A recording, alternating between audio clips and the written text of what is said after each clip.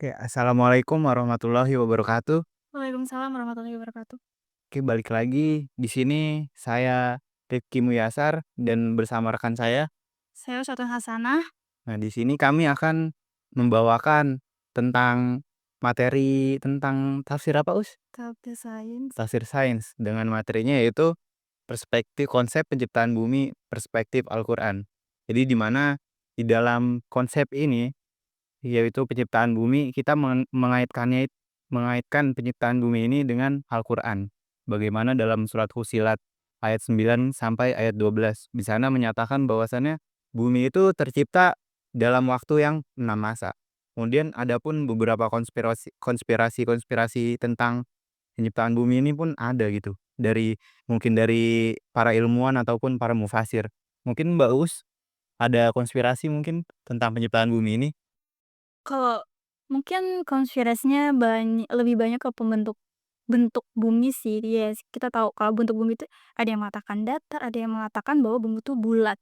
Tapi kalau untuk penciptaan bumi lebih banyak itu sih, bukan konspirasi tapi teori yang pembentukannya itu macam-macam gitu ilmuwan. Bahkan dari 19 berapa sampai sampai terakhir itu yang, terbaru masih 90-an sih, tapi kayak kalau di 2000-an ini belum ada yang berkembang. Jadi kayak masih stuck di situ aja gitu loh, belum terlalu signifikan perubahannya. Jadi hampir setiap zamannya tuh ada perbedaan pendapat gitu, konspirasi-konspirasi tentang penciptaan bumi ini ya, Mbak? Iya banyak banget kayak apa ya, sebenarnya hampir sama sih kayak cuman tentang ledakan atau perubahan apa ya, pokoknya nanti dia tuh walaupun pertamanya gimana, tapi dia nanti akhirnya meledak atau bertabrakan. Pokoknya dia menciptakan sesuatu yang momentum yang memiliki tekanan yang berat sehingga membentuk suatu elemen baru.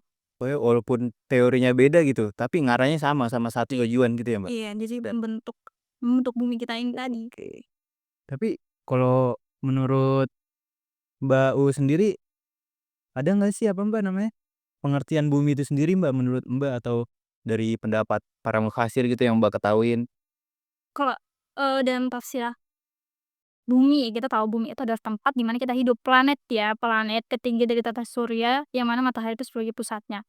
Tapi kalau dalam Al-Qur'an itu istilahnya dikatakan al-ard, yang mana al-ard itu biasanya disejajarin sama langit. Dua sama gitu ya biasanya kan gitu. Nah tapi kalau art itu kalau di tafsir ada beberapa pengertian katanya tempat di mana kita hidup gitu, tempat hidup gitu, tempat yang dibuat nyaman untuk kita hidup gitu, ada juga di Ad-Duha kalau nggak salah pengertiannya. Terus ada juga yang apa namanya, menunjukkan kekuasaan Allah. Kayak di surat At-Tariq wal ardi dzati sodq yang mana as-sodq itu tadi garis bawahi bahwa sodq itu sebuah rekahan, yang mana rekahan itu, mmm, yang dimaksud itu tuh kayak pembelahan bumi gitu loh. Lah pembelahan bumi tadi tuh memunculkan tumbuhan, kayak kita melihat tumbuhan itu tumbuh, tetapi kan dia membelah tanah Iya, iya. gitu. Terus tapi ada kayak kesinambungannya dengan Ar-Raja yang pokoknya di apa namanya, ayat sebelumnya, diatur juga. Ar-Raja itu diartikan sesuatu yang kembali, tetapi kan kok kembali-kembali apa gitu, tetapi karena Aswada itu tadi artinya rekahan di bumi itu, nah makanya kalau di tafsir Al-Misbah itu ditafsiri sebagai, apa namanya, hujan. Kenapa? Karena hujan itu adalah sesuatu siklus yang ada terus gitu, kita kayak nanti walaupun hujan, nanti kering lagi, nanti ada hujan lagi gitu. Nah, hujan itu tadi menumbuhkan tumbuhan gitu. Jadi kayak Allah itu menciptakan sesuai porsinya. Sehingga, kayak kita ini udah ada, apa namanya, udah pas gitu loh. Gini kita ciptakan pas, terus, yang ada di kehidupan ini pas, yang Allah berikan di kehidupan ini juga pas gitu. Nah, dari situ kan jadi kepikiran gitu, Mbak. Jadi ada konspirasi lagi nih. Nah, berarti yang pertama kali diciptakan itu antara tumbuhan dengan air tuh berarti air dulu ya, Mbak? Tumbuhan dengan air. Nah, kan tumbuhan tumbuh karena ada air. Jadi yang pertama itu adalah air dulu. Berarti banyak sih ilmuwan yang mengatakan bahwa kan bumi dulu, kan bumi kosong misalnya Iya. kan nah terus, pembentuknya langsung ada air, sehingga air itu tadi mengairi kehidupan, membuat kehidupan di bumi. Yaitu pertama ada tumbuhan. Gitu sih kalau beberapa ilmuwan juga kalau ini secara sains ya, Iya. kita belum bicara soal Al-Qur'annya. Nah, tapi Kalau di dalam tafsir, apa namanya, Kemenak RI itu ada juga dijelasin tuh, di mana masa penciptaan bumi ini tergolong atau terkelompokkan menjadi 6 masa, yang di mana 6 masa ini digambarkan di dalam tafsir ini yaitu 6 hari. Namun 6 hari dalam artian sehari ini kayak bukan yang 1 hari 24 jam gitu loh. Bisa sampai berapa ribu tahun, ada yang meriwayatkan 1.000 tahun atau 50.000 tahun. Nah, dalam setiap masa ini tuh terbagi. Jadi ada yang namanya 2 masa untuk penciptaan alam semesta atau langit gitu. Yang itu biasa dikenal dengan teori Big Bang tuh, ledakan. Jadi mulai ledakan itu di teori Oh, iya iya, itu yang terkelompokkan itu 2 itu. mulanya ya? Iya. Nah, kemudian teori lagi ada 2 yaitu untuk penciptaan atau ketersediaan makanan untuk manusia dan makhluk ya. Makhluk dan pokoknya untuk penciptaan makhluk-makhluknya deh pokoknya. Oh, berarti yang masa kedua itu bukannya air, belum? Oh, itu. Itu masuk kepada masa yang langsung sama dengan ini, penciptaan makhluk dan juga manusia. Jadi air juga masuk ke situ. Oh, jadi sekalian atau Enggak, kalau jadi yang pertama sorry, maksudnya yang pertama tuh 2 masa, yang pertama yaitu penciptaan langit, dan sebagainya dan tata surya. Kemudian 2 masa selanjutnya penciptaan makhluk sama persiapan untuk hidup. Kemudian penciptaan yang keduanya lagi ini, yaitu penciptaan bumi dengan sisinya sehingga sampai sempurna dengan sekarang ini. Jadi mungkin yang masa penciptaan air itu bisa masuk? masuk di antara dari 4 masa ini, yang tergolong yang pertama makhluk makhluk hidup dan persiapannya, kemudian terbentuknya bumi sehingga sempurna ini. Nah, mungkin dimasuk antara masa keempat dan kelima ya, atau mungkin bahkan bisa masuk ke-6 ya, setelah bumi itu terjadi terbentuk menjadi sempurna gitu. Tapi tuh kalau secara ilmiahnya ada nggak sih? Oh, secara ilmiahnya. Untuk secara ilmiah tuh dijelasin tuh, di mana masa ada yang namanya terbagi tuh menjadi, berapa, 4 masa dalam ilmiah, di mana ada Phanerozoikum, di mana masa ini dari masa 0 sampai 542 juta tahun yang lalu.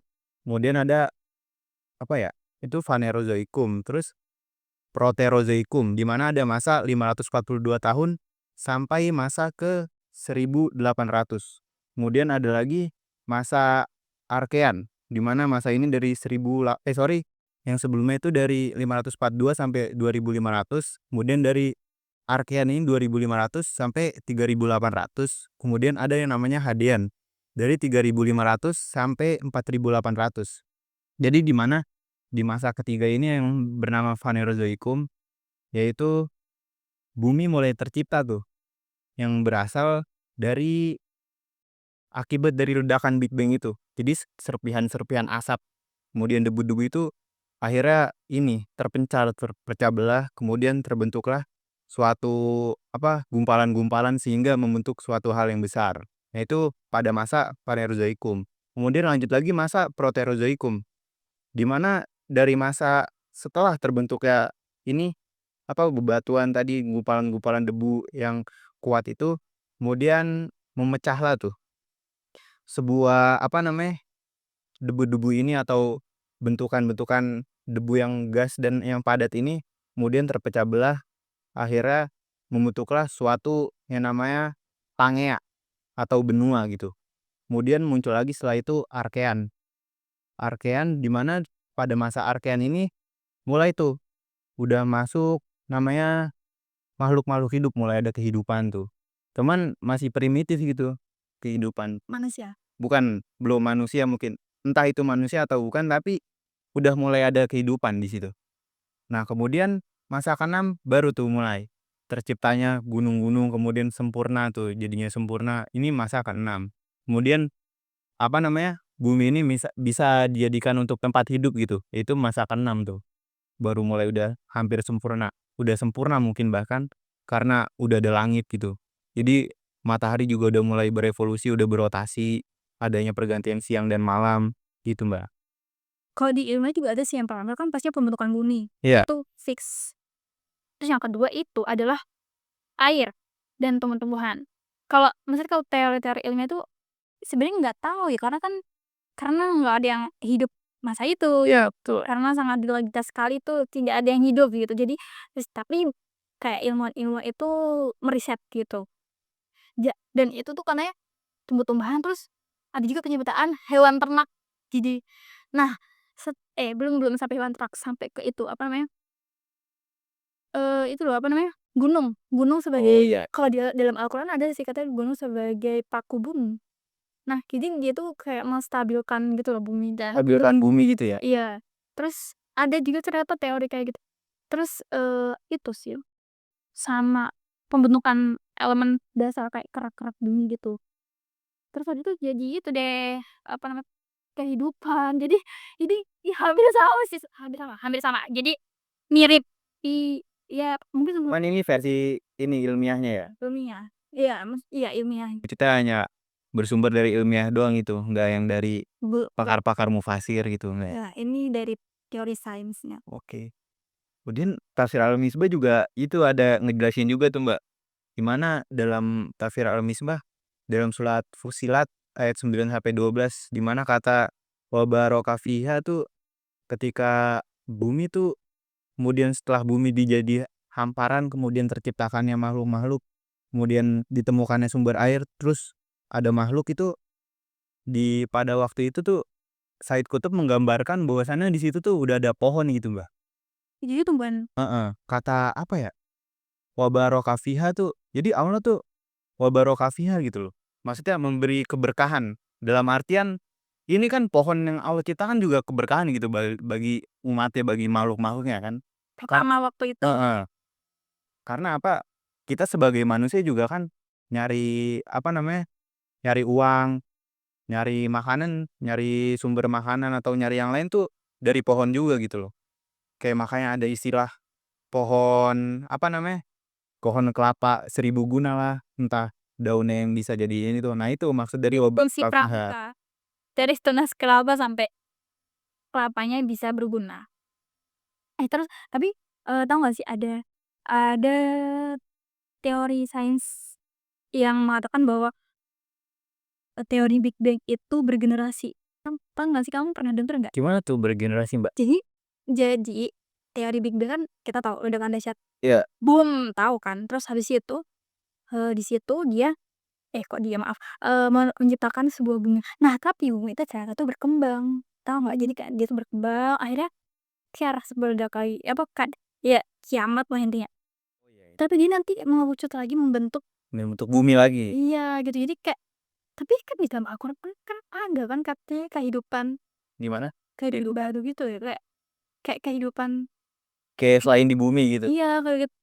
Pokoknya kayak gitu ya, tapi kan ini kan konspirasi ilmiah ya. Tetapi tuh namanya orang-orang bilang katanya sih teori fisika religius, habis itu katanya penghakiman kayak itu menggambarkan sebuah kehidupan setelah kematian gitu loh. Jadi kan setelah kiamat itu tadi atau bumi bubar lagi, terus dia menyatu lagi membentuk bumi yang baru gitu. Kan ada kan ayat kayak gitu, kayak nggak, kalau nggak salah tuh kayak gitu ada. Nah di situ ya kita nggak tahu sih, ya itu namanya juga penafsiran penafsiran orang atau ilmuwan. Kita nggak tahu benar apa tidaknya karena ya kita nggak tahu kita hidup sampai kapan gitu. Kalau tentang ilmiah gitu saya juga pernah dengar tuh, Mbak, di mana